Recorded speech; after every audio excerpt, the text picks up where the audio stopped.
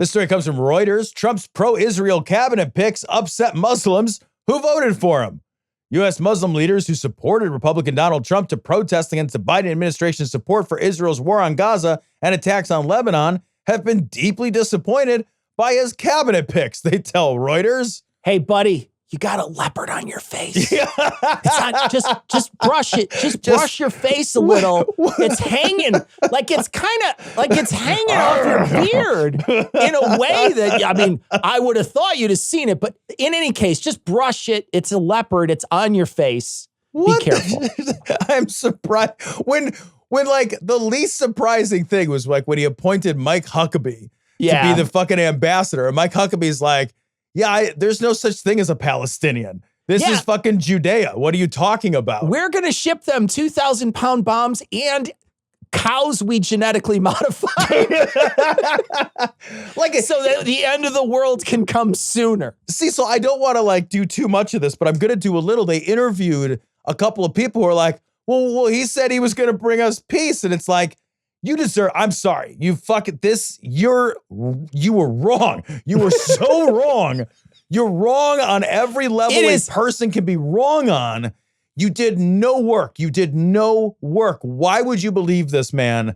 Why would you not simply look at all the other things he's said, like the Muslim ban? Why would a guy who put into place a Muslim ban now all of a sudden be talking to a group of Arab Muslims in America and not just be lying to you?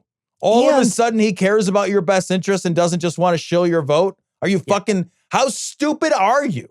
I also want to point out too, he's going to be working with someone who's going to try to create a denaturalization process. Yes. So if you did come in and become an American citizen, they're going to try to get rid of you. The same thing happens with people who he's going to try to get rid of birthright citizenship, which is literally enshrined in the Constitution. So good luck with that. But also, I mean, he seems to have all the levers in place to do some crazy shit. So we'll see what he does. But these are the threats that they're making right now.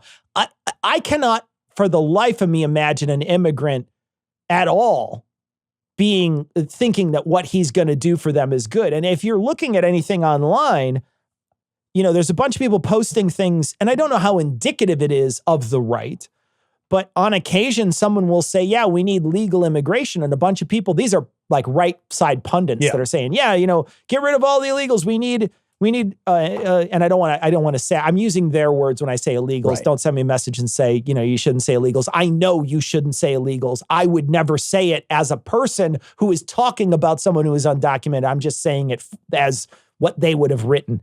And they would say, get rid of him.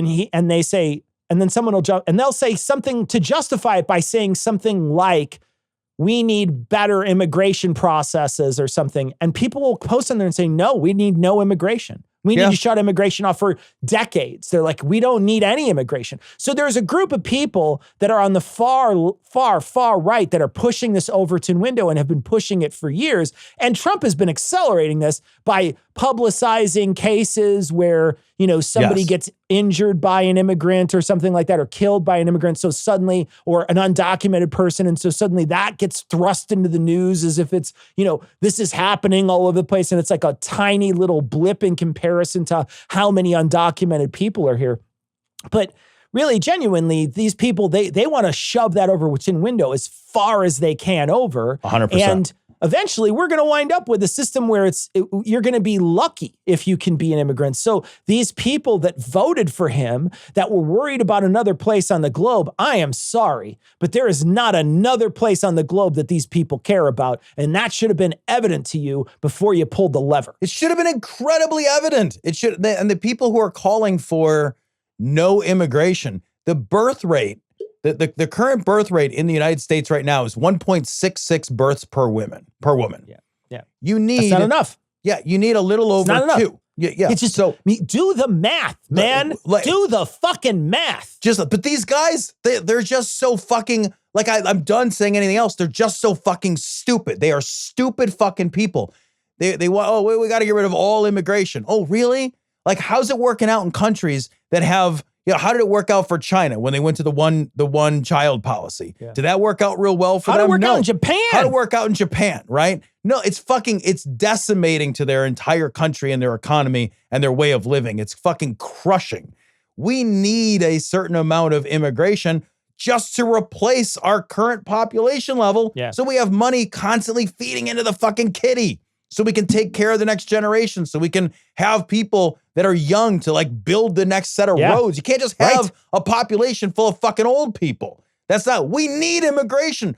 America's never not had migrant workers as the backbone, the absolute backbone of this country. Part of me is like, you know what? Fucking fine. Let's do no immigration for a while. Let's see how it works, you stupid assholes. Let's see how fast you open that up.